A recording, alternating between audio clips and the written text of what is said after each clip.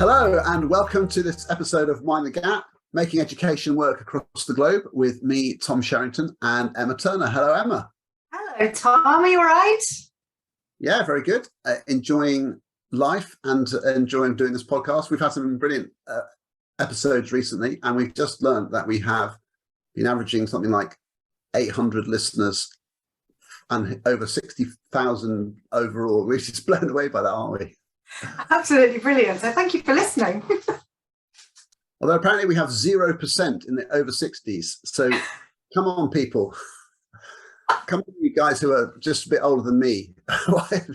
Tune in.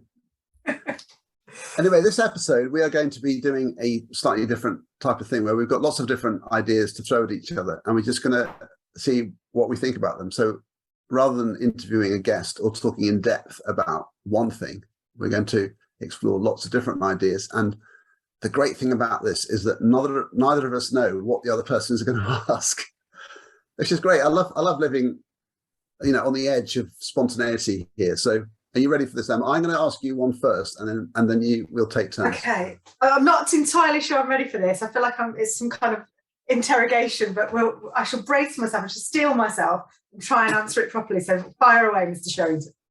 Okay, so this is something which came up for me this week, and I saw it via Twitter. A lot of these things come via those Twitter, but none all like that. Year 3, some writing, and they have a criteria list which says they've got to look to see if they've included subordinating conjunctions, fronted adverbial, etc., and that type of criteria list in grammar terms. Is that a good thing? Yes and no, in that if you look at it from a kind of cognitive offloading perspective, as in the whole situated cognition thing, and if you want it to be as a sort of external scaffold, as a reminder for things they might want to use, tools they could use, then yes, it's a really good idea so they can actually concentrate on other things, because writing for young children is difficult. It's a highly cognitive taxing process. The spelling, grammar, transcription, all of those things are taking up that bandwidth. So if you want to situate some of the reminders externally, great. If you want to then use that list as a recipe, as in you must have this and you must have this and you must have this and you must have this, everybody knows that writing is not great when it's formulaic. So in terms of providing an external scaffold in a kind of cognitive offloading way, great, as a reminder. In terms of using it as a complete recipe, no, thank you very much. Okay, so I get that, but even if I'm in year 3 and I'm trying to write, am I even trying to consciously include something which is called a subordinating conjunction, or am I just trying to mix up the way I link sentences, and I sort of happen to know that they're called subordinating and coordinating conjunctions, but how conscious do I even need to be of the terminology even in the process? It's a funny one, isn't it? Because that particular bit of terminology is quite a long word. So it sounds like a 7-year-old probably shouldn't need to know it. It sounds quite technical, but Tyrannosaurus Rex is quite a long thing for a child of 7 to say, and we don't discourage them from saying that. So I do think that an understanding of what makes language is useful for children. It's then when it's forced into, like I say, this kind of recipe thing of you must include it. They should be aware of it and the effect of what that can do in a piece of writing. So when they're doing their reading and you do your guided reading, you might say, oh, look what the effect of this type of thing is in the writing. But then to say, now write your story about going through the magic door. Oh, but don't forget to put this and this and this and this. That's where it falls down. So I think understanding and developing an awareness of how writers use language, and do that through reading that you can then apply in your writing, if you so wish, then that's great. But if you try and make anything into a formula, writing is a creative process. You're going to stymie that creative process by getting children to tick things off a list. It's the same argument that I see on sort of secondary Twitter about how students should structure responses to essay questions. There's a big kickback against you shouldn't do it this way, you should do it that way. So it's the same thing, but I don't think there's anything wrong in teaching children accurate terminology. It's what you then require them to do with it that sticks in the craw a little bit. Yeah, that was a good answer. Well, thank you. Right. Okay. Go on, my turn, man. Right. Okay. Short lunch times at secondary school, good or bad? Oh, that is a great question. I'm going to go bad because I think they're a deficit. I think if you had sort of the ideal school and there were no sort of real challenges that you just wanted to do the school of your dreams, you wouldn't have a short lunchtime. You'd have a lunchtime long enough to do choir practice, clubs, and for teachers to get a proper lunch break, and for everyone to have a different phase of the school where you could meet across year groups. And it's a really good time for doing things like orchestra practice, and I've mentioned a few music things there already, but I know a school where they did this short lunch and the music was on its knees because there was no time to do the practice, and it was the main time they always used. So I think it's not a good idea. On the other hand, if you're in a school with challenges and the behavior is really tough and you've got a lot of people being run ragged at lunchtime because it's just really stressful to get through that windswept day where the children aren't very good at self-directing their activity and it's becoming a bit fractious in the last 20 minutes, nipping it in the bud and saying, why are we doing this? Let's get back to class is a totally sensible idea. Mm-hmm. So it really depends on the context, but I don't think it's the ideal. So I'm going to say, if I have to choose, I'm going to say it's not an ideal thing. It's something you resort to if you absolutely have to, but you're not going to choose it. Well, there you go. That's been the surprise to me working with secondaries and all throughs is this lack of lunchtime, that children go from sort of hour or hour and 10 minutes at primary. There's lots of time to play and interact and eat and chat and run around. And then bang, it's so short at secondary. That's been a real wake-up call. It's great to get your take on that. So thank you. Right, next, hit me. Okay. All right, here we go. I saw someone on Twitter recently. I don't mean to name names here, but it's just it won't be the only one, who was saying that the recent focus on curriculum. Yeah. History will prove that the recent focus on curriculum in schools has been a total mistake and a massive distraction. What do you think about that? Agree or disagree? A focus on curriculum is a distraction. The recent emphasis on curriculum has been a big distraction and will prove to have been a mistake. Okay, I'm interested in a distraction from what? Because surely... Well, what they mean is from just sort of teaching children to understand the curriculum they've already had, or just focusing on things like getting children to learn. Another curriculum in terms of, say, designing units and sequencing concepts and all that, and rather than kind of just focusing on them learning in the classroom. I suppose that's what they were saying. I think at primary there's a real tension on the wider curriculum, and I was doing some training in an all through. I've done 3 days there this week for various things, and I was talking to the secondary staff, the whole staff, about the madness of the primary curriculum and how little time we actually get to cover things. And I was showing about curriculum allocations and how for some subjects, for example, MFL or music, you might only have half an hour or 45 minutes a week in primary once you've fitted everything else in.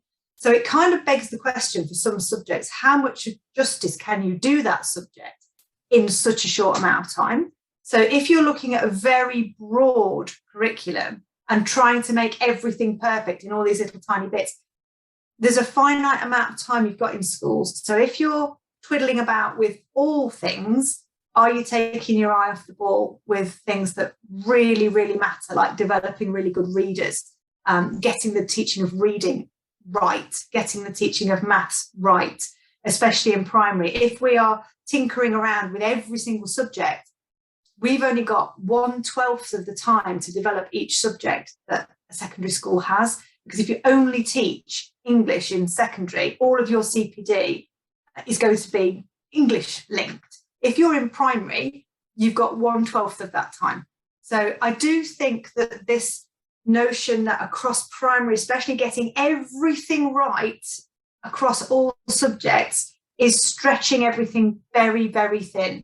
And it's potentially taking time away from the things that really matter in primary. I can't speak for secondary because I don't have enough experience in the secondary phase, but definitely with primary, there's massive tension in terms of what should be a primary curriculum and what shouldn't be in there, and how much time we've actually got to affect it with any kind of clout, really. Because if you've only got 1/12 of the time to develop it as a staff, and then you've only got half an hour, 45 minutes a week to actually teach it, why are we kind of focusing so much on that? And I get the whole, as you know, I write a lot about it, that children need a broad and balanced curriculum to be able to write purposefully and to have good general knowledge. But on the whole, there are rumblings in primary that this might not be as workable as some people would like us to make it.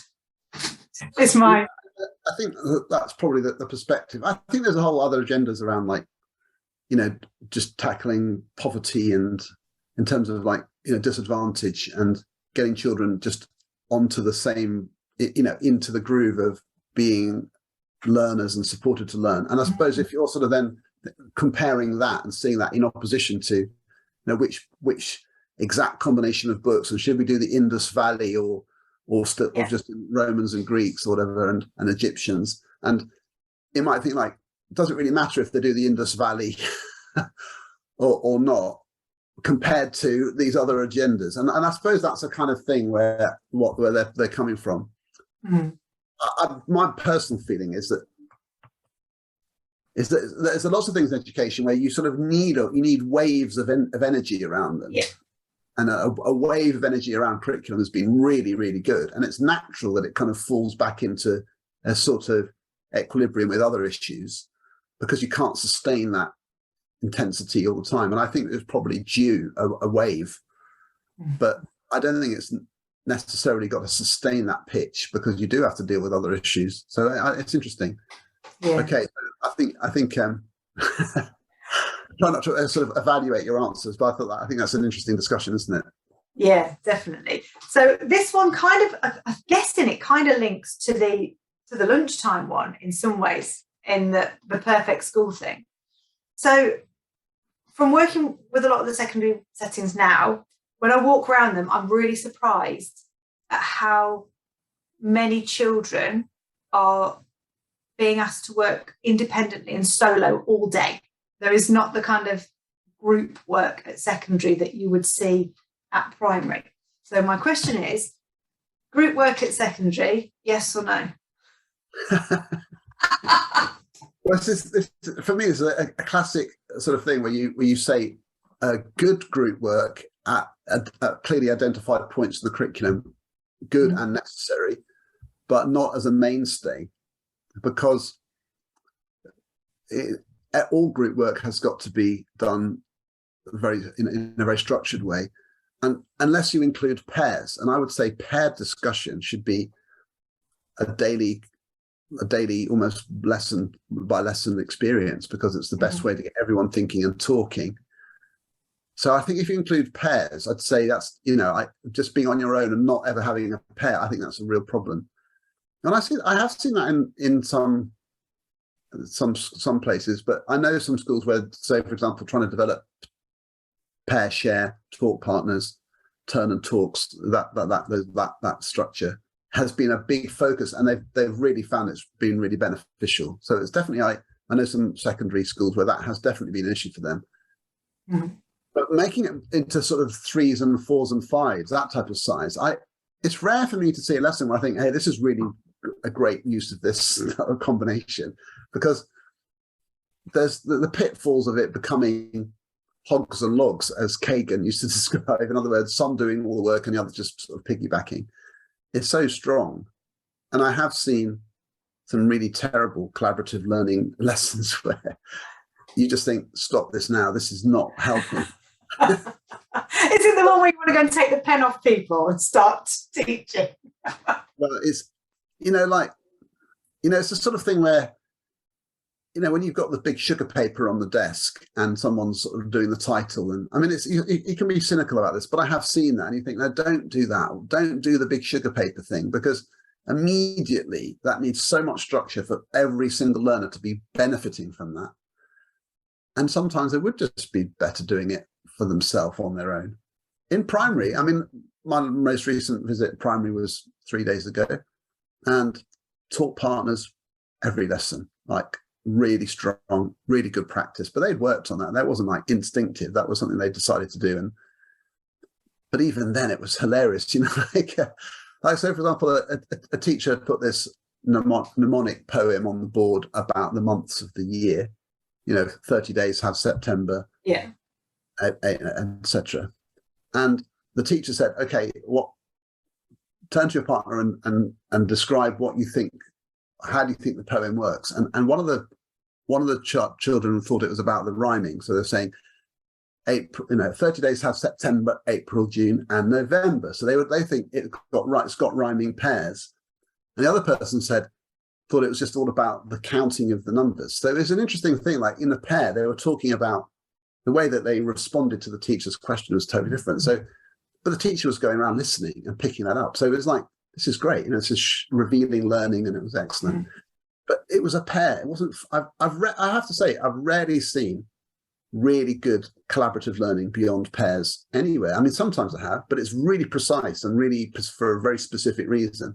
It's not just in your groups do this, and so that's my caveat to that. I think more than two, and you really have to be quite sort of deliberate about it, and it's got to be for a very specific purpose, and you've got to make sure everyone knows what they're doing and talk a lot about how it's going to work and all of that before they do it. But pairs, everyone knows what to do because it's routine.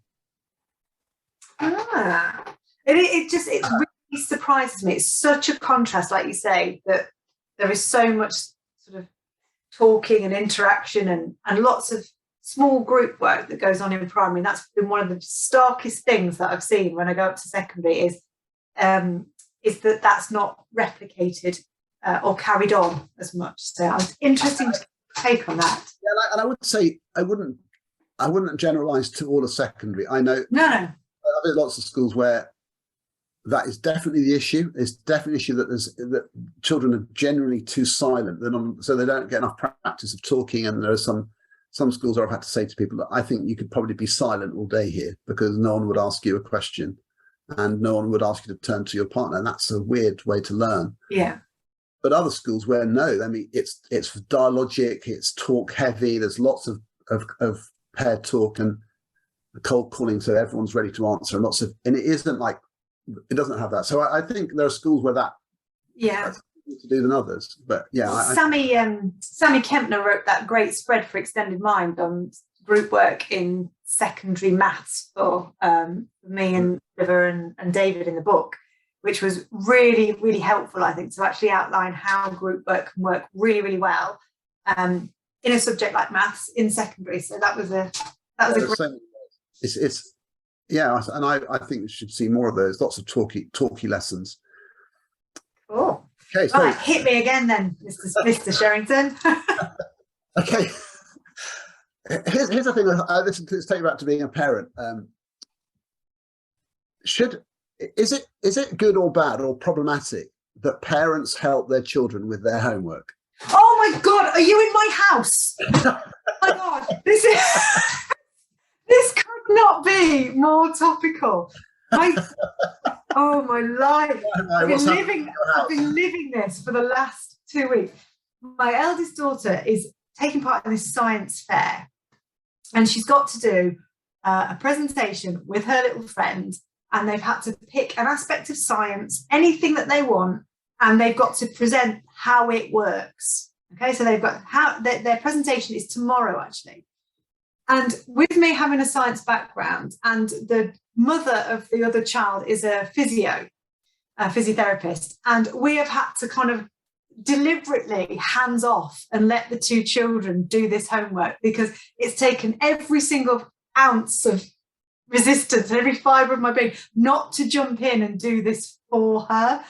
But she's done, and her little friend have done the whole thing on their own. But I know when I turn up tomorrow, there will be lots of projects that have very obviously not been done by the children and will have been done by the parents. And I actually had a conversation, this is so, I can't believe you've asked me this, I had a conversation with my daughter last night saying, when I come and see your work tomorrow, I will be able to tell who's done the work on their own and who's had the work done for them.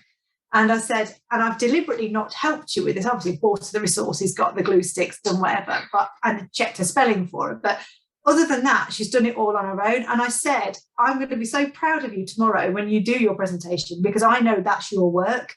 And I said, there's no point the parents helping them to create the entire thing, because they've already been to school. They've already done this. They've already done it once. They don't need to do it again. But I am actually tomorrow at 2:40 going to my daughter's school to see her homework presentation presented. So no, I think parents should facilitate, support, encourage, listen to the children's explanations, maybe suggest, spelling errors or little layout bits, but no, not to sit there and build a giant water cycle model for them to take in and present as their own. I don't think that's on at all. Oh, it's so funny because it's that's so funny. But it's interesting because I feel like I'm a bit schizo on this, if I may use that phrase. I'm not sure if I should say that, but in that a little on PC stuff. So what I mean, I feel like I have conflicting ideas about this. To more sensible about it. So I've been the same. So when my kids were at primary, our legendary one was, this was when we were at an international school, and my daughter had to make a Tudor house in year 4. And a lot of the people there had never seen a real Tudor house. So they all thought of a sort of mock Tudor house probably, but it was funny. So everyone was making stuff with lolly sticks, but some of them, when we went in the next, we did our big bringing in. Now we sat there on the dining room table. We helped our daughter. We helped her stick stuff on, and we felt it was quite fun to do it together. So I was thinking, this is actually quite a fun thing to do together. And we made a lovely Tudor house, and I was quite proud of our work.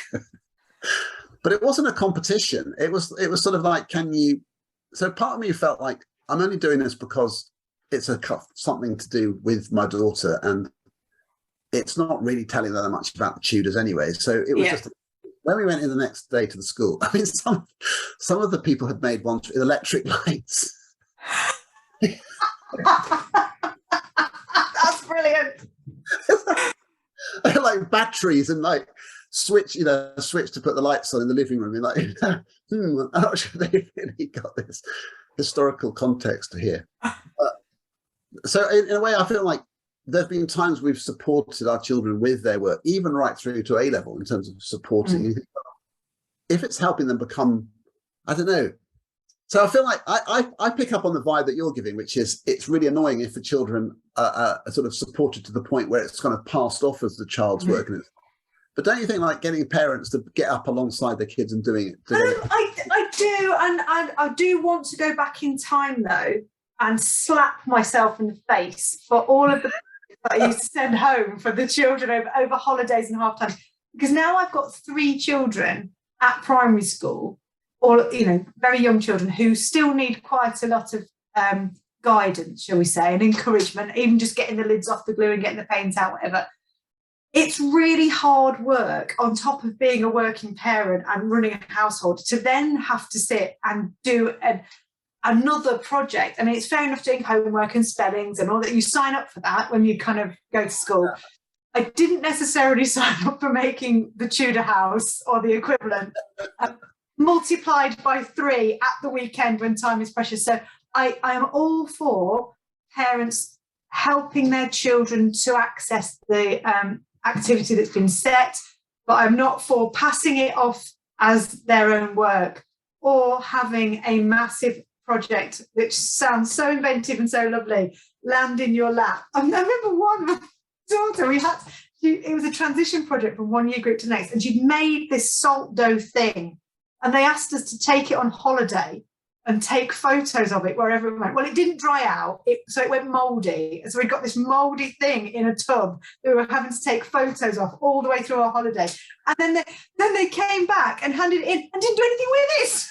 I was like, oh God, this thing around the British Isles taking photographs of it in interesting places. I've done nothing with it. So yeah, I think the task needs to be crafted in such a way that children can do it, the parents can get involved if they want to, but nobody has to cart a mouldy piece of salt dough around the country or put like the children.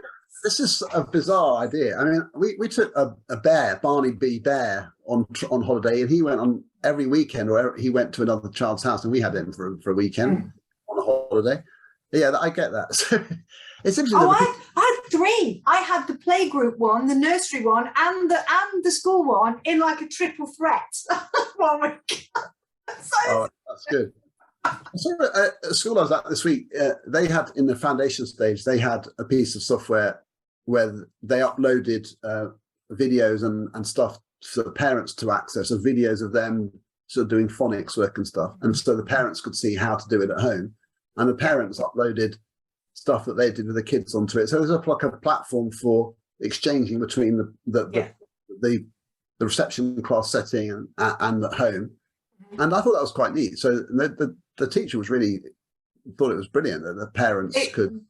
They are great. That was one of the things that we did during lockdown as well, was that kind of platform where they can upload stuff and you can upload stuff. That's great. Apart from the time my son was doing lighter than and heavier than of objects around the house, had taken a photograph of things he'd put in a line from lightest to heaviest, uploaded it, and one of them was an empty can of gin and tonic at 9 o'clock in the morning, which he'd taken out of the recycling, but it looked like I was actually drinking at 9 o'clock in the morning. And I had to email his teacher and say, he's taken it out of the recycling bin.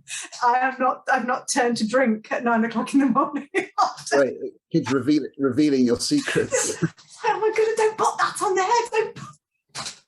Oh, come on, then hit me with what's your question for me then? Okay, right. Conversation I had with a secondary head this week.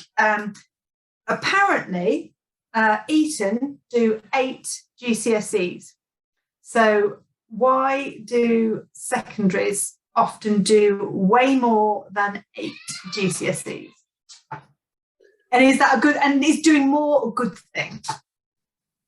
Oh wow, this is a whole discussion. I mean, I think comparing Eton to anywhere is not really a fair thing, because in Eton they could do no GCSEs and then take their A levels and it wouldn't make a difference to them. So, you know, I used to work in an international school setting where people would do the IB, which starts at 16, and some of the students would come to us from schools with like an American school system where they just had done their grade 9 and 10, no GCSEs whatsoever, just the school curriculum, no qualifications at all, just whatever they were taught, and they'd turn up and start their IB equivalent in year 12 and do brilliantly well. So you don't need GCSEs if you're going to go on and do something else. So, and that's our problem in the system at the moment, is that we equate what we learn with doing a GCSE in it. And that's the issue. But at Eton, I mean, they work phenomenally hard hours. It's very intense academic pressure. They also do loads of extracurricular activities, and it's boarding, and they're at school pretty much constantly. So they're doing all this other stuff. It just doesn't get called a GCSE. So there's probably more learning and engagement and contact and sort of high stakes at Eton than most schools. So it's a false depiction of it to say they sort of have a slightly looser touch thing. And then when they come to their other exams, of course, they have to do well there too. So is it just about Progress 8 scores, though, as in the more GCSEs well, there's a structure. So there's an accountability system around Progress 8. So, of course, at the moment, schools are required to, you have to fill the buckets and stuff.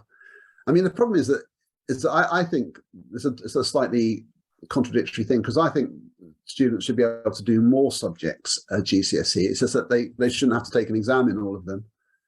And, I think it's a shame when, I think the worst situation is when you've got a 3-year Key Stage 4, so 3 years of doing GCSEs.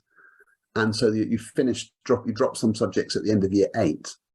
And even then, some subjects are done quite low touch. So I know some schools where you only do about 12 art lessons in secondary school, and then you don't do it ever again. Wow. You do a carousel, and so you do a term of art in year 7, a term of art in year 8, 1 lesson a week, and that's it, and you drop it. And the other term you might do, another art subject, but it's very thin because everything's about maths, English and science. And then you take your GCSEs in year 9. So that's very shallow, and that worries me a lot more. So my ideal model curriculums have probably got like 10 sort of slots. And so you can do more combinations of, art and drama and language, arts and humanities, history and geography. So in a way, I sort of feel like 10 kind of subjects is a good balance of things. But do they all have to have a GCSE? That's the question. I've done this whole thing with the baccalaureate. And if you had a baccalaureate model in this country, you're focusing on what they did at the end, you could do some things like an arts course, which wasn't examined. You could do history modules, which you just did, say, a year of. And then another year, you might do a year of, say, environmental science or geography. And they wouldn't necessarily have to all be examined to a GCSE. So I definitely would like to see some intelligent discussion about reform of the exams. Did you see the workforce census? The teaching hours for EBAC have gone up. I thought of you when I saw that today because the workforce census data was out. And I was like, oh, Tom will be pleased with that when he sees that. Well, yeah, except the EBAC doesn't include the arts. So I've always said this, that the EBAC is, without the arts, it's not really, it's had, I think it's had a negative impact. And I see some school curriculums where I just think, oh my God. You never go to a school where they say the arts is really increasing and buoyant. Sometimes they say they've kind of held their own, but there's no doubt that it's under pressure in the current system. And I think that's a shame. I thought about the arts curriculum at the weekend, actually, because obviously there was the whole Platinum Jubilee thing going on. And I was thinking all of the celebrations around the Platinum Jubilee were the arts. And I was just thinking, when at times of kind of celebration or, interest, you celebrate with the arts, yet they're not necessarily represented in the curriculum. One of my favourite things in the 2012 Olympic ceremonies, I think the closing ceremony, was Stephen Hawking coming on and doing his whole, he gave this amazing speech about how we are all, we are all unique individuals with special talents. And it was absolutely fantastic. So to have a physicist in the middle was good. Yeah, there was a bit, the Jubilees. I'm not saying the Jubilee celebrations were absolutely fantastic. I'm just saying it was interesting that they should have had Brian Cox. I don't know. They wheeled out David Attenborough. He did a bit, didn't he? He did a bit, yeah. Okay, so that's interesting. Okay, so I've got a couple more. We can't do them all, so I'm going to do another one for you. Okay.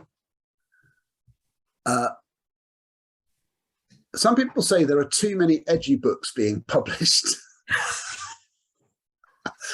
and which is implying that there's a board of people, yet another person writing yet another book, and there's already too many, and therefore the quality is diluting, and blah blah blah. So that's what you pick up on, and of course I'm sensitive to that because I'm someone who's trying to promote more people writing more books. So I notice that stuff.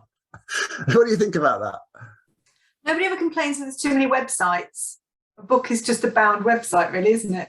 So it's, if you want to find out the information should be there in a format that you want to have access to. So if there are lots of edgy books, I obviously read a lot, get sent a lot. They're all different in their own way, and there are very few books that are samey. Every single book has got its own unique take on it. It might be the same thing in a different phase. It might be same phase, different subject. There is so many nuanced aspects of teaching, learning, different phases, different stages, different parts of the sector. I don't think you'll ever saturate the market in terms of nuanced information. I think if you're ending up with lots of books that are very, very similar or very generic, then that's potentially an issue. But I don't think it's a weird one, because it's like you'd never say there were too many books in a library. It's just yeah, I get where people are coming from in terms of a sort of perception of here's yet another one. But yeah, I think for me it's sort of the psychology around that is that, well, I think you've analysed that. Well, who gets to write them then? Like, if you're offended by that book coming out, why? Is it because you don't think that person should have the audacity to sort of put themselves forward as writing a book? Like, who are you to write a book about that? Is that what they're thinking? And you don't. No one's making you read it. But on the other hand, because I get sent a lot of these books, I don't read them all, and sometimes I don't read them because I just think, oh, I kind of feel like I don't need. I can't really get into that, or so it just doesn't appeal to me. But then I just leave it aside. It's like it's up to them. If I would never say they shouldn't have published it. I just think I'm not particularly motivated to read it, and that's all right, isn't it? That's my feeling about it. Yeah, and I think that there are some titles or some writers who will automatically get traction because they've either got a really good reputation or they've had great success in a particular area. And I think that what would be really nice alongside those big voices and big names is to amplify some of the kind of niche and specialist or smaller aspects so that gets heard as well. But I don't think it's a weird one for teachers to say there's too many books. It just seems to be a really weird tension there. But I think another part of it is the promotions. Obviously, some people are very sort of. I know some people who are really who've written some really great books who are really sort of almost ludicrously bashful about it. So no one knows they've done it because they never mention it. And you think, well, if you're not even going to mention your own book, why would anyone else even know it exists? You sort of have to sort of do a bit of lifting there. Yeah. And of course, I'm totally shameless. And once you find your book, it's a bit like kind of the whole kissing frogs thing. Once you find your book, as in the book that really resonates with you in your stage, in your phase, in your subject, they're so useful. And I've got some books that I would never part with now because they are kind of like my go-to for every aspect of my work. Some have been written relatively recently, some quite a while ago. But I think that unless you've got new voices coming through, new takes on things, new ways of looking at things, we can't just say, right, let's put the lid down on books. We've done that. That's finished now. We've said all there is to say. Education is done. Bang, finished. No, it's never ending. But it's amazing how there's also this appetite for the one pager. I mean, people are going crazy. So something on one page. In fact, today I saw Carl Hendrick had sort of reshared the evidence-based education. People have written this great teacher toolkit, and they've got like a one-page summary of their great teaching toolkit on one side of A4. And he was saying this is probably the best summary of teaching that there is, and it is just really good. You think, wow, to encompass all of that about teaching on one page is really skillful and clever and very useful. I think you hit the nail on the head there, because actually there's a difference between a guide and a book. So I think teachers are hungry for time-pressed teachers are hungry for guides that they can use during term time that are easy to access, easy to share, easy to navigate. But I do think the books that you need to invest time in, you have to be selective with which ones you pick, because that's a big investment of your time in what could potentially be something not necessarily 100% useful, whereas a little guide you can dip into. So I think I totally agree. So inside the black box, all-time classic, the thinnest book on the shelf. No surprise. It almost gets lost in between. You sometimes put a book back on the shelf and actually accidentally swallow it inside another book. It's so thin. Okay, so come on then. I think we've got time for one more. It's your turn to ask. Oh my goodness. Right. So after a conversation with my eldest daughter, we talk a lot as teachers about what we think is best for pupils in terms of teaching. How can we actually tap into what the children think about what was actually helpful? I've got 1 minute to answer that. Yeah.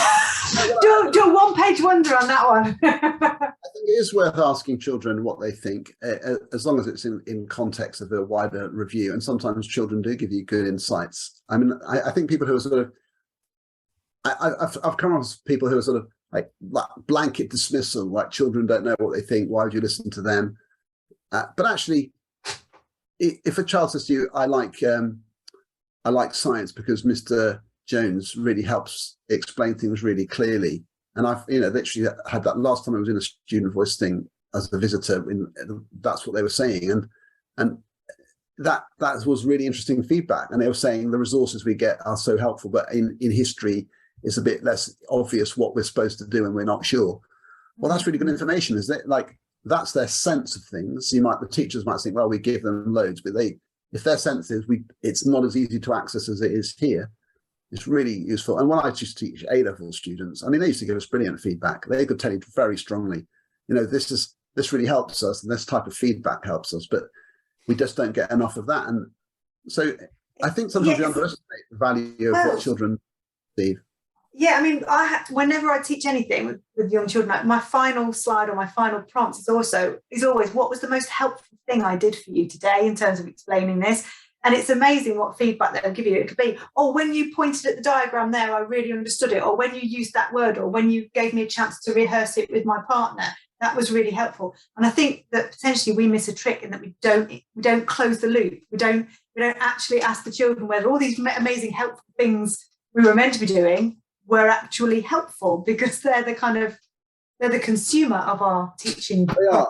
There's some really interesting studies, like in fact I've known this done as an experiment in a proper science study, but also one of my former colleagues tested this, where the students were asked to say what they thought had helped them the most. But actually when they did best was another thing. Like, for example, when they worked on their own, they got a better score on the test than when they had worked with a partner in languages, for example, which is, so they said this had helped them more, but actually they were wrong. It's interesting, because I used to ask them, at what point when I was explaining it did you understand it? What was the point? I got them to pinpoint to me, what was the point at which you got it? And then I'd work backwards from there and think, okay, what did I do to lead up to that point where they suddenly got it? And so it was really useful for analysing my own teaching, as in what sequence led up to that. Why was it that point that's interesting. Got it? It's like anything. It's like another sort of information, isn't it? So you do have to always sort of question it, but it's interesting to know what students will think. And of course, they don't all think the same. No. But the one thing I would say is that, I mean, I remember years ago now actually worked with an NQT who has made a slight mistake of, I think he gave his class a survey. What do you think of my teaching? And they kind of gave him both barrels, and he was really crushed by it. And it was like, why did you do that? He was trying to be all sort of sound and ask the kids what they think, and they just totally killed him. I was thinking, well, that wasn't the best idea you've ever had. No.